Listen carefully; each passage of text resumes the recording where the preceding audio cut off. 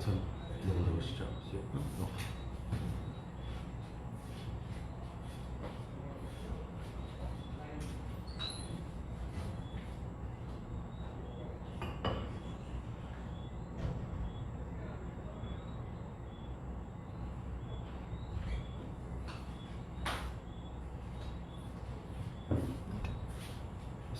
So we're at my office on Church Street. It's Saturday evening.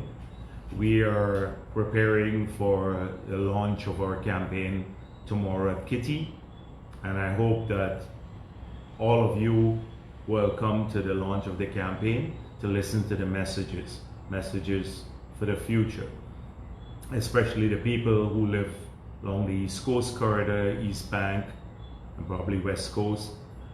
We hope that you will come to the launch. I just got a report about another act of APNU inspired and APNU organized thuggery. We had a vehicle going somewhere in South Georgetown on Lane Avenue, and they organized a few people to block the road and to stop the vehicles from passing. But I always knew, when people ask me my perspective on this issue, I always knew that APNU will become more desperate as they see power slipping away from their grasp. They're going to resort to the age-old tactic of the APNU, which is thuggery, organized thuggery. So over the past few days, we have witnessed the many acts of vandalism and thuggery organized by the APNU leadership. They have been trying to intimidate people who were putting up the flags. They have organized to take down many of our flags. And I think given the failed launch that they had, the launch was very dry. It had no energy whatsoever. If you look at the picture, a bunch of old people sitting in front, and they had to mobilize right across the country. In fact, one of their MPs said, and it was reported by the Moraro Waves, one of their, not MP, but a master of ceremony, said that 287 vehicles came only from the East Coast, bringing people to the launch. So I know that on the ground, they're not stupid people. They have assessed that there is no mood to support APNU, even among many people who were enthusiastically supporting them in 2015, because they have failed to keep their promises, and they cannot define a way into the future.